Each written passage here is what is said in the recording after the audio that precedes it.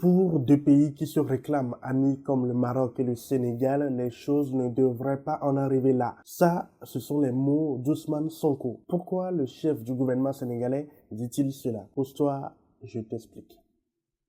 Déjà, on va poser le contexte. Pour ceux qui ont suivi la finale de la Coupe d'Afrique des Nations entre le Maroc et le Sénégal le 18 janvier à Rabat, vous n'êtes pas sans savoir que ce fut électrique.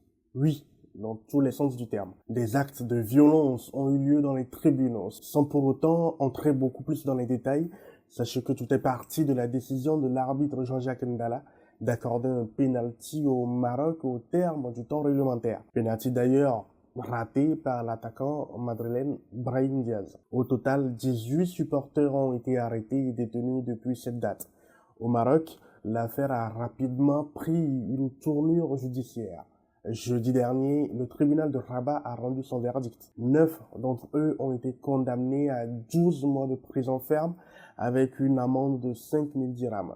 6 personnes à 6 mois de prison et une amende de 2000 dirhams et 3 personnes à 3 mois de prison avec une amende de 1000 dirhams. À Dakar, la Fédération sénégalaise de football parle de sanctions incompréhensiblement sévères et disproportionnées. Mardi 24 février 2026, face au Parlement, Ousmane Sonko dit regretter ces condamnations. Il estime que cette affaire dépasse le cadre du sport et que pour deux pays qui se disent amis, cela ne devrait pas en arriver là. Il faut l'avouer, la sanction est sévère. Le chef du gouvernement sénégalais a affirmé travailler avec Rabat pour trouver une issue favorable. Vivement que cette issue diplomatique soit trouvée à cette affaire. Après tout, ce n'est que du foot, le sport roi. Et toi, que penses-tu de cette condamnation? N'hésite pas à me le faire savoir dans les commentaires et n'oublie surtout pas de t'abonner. Allez, à la prochaine.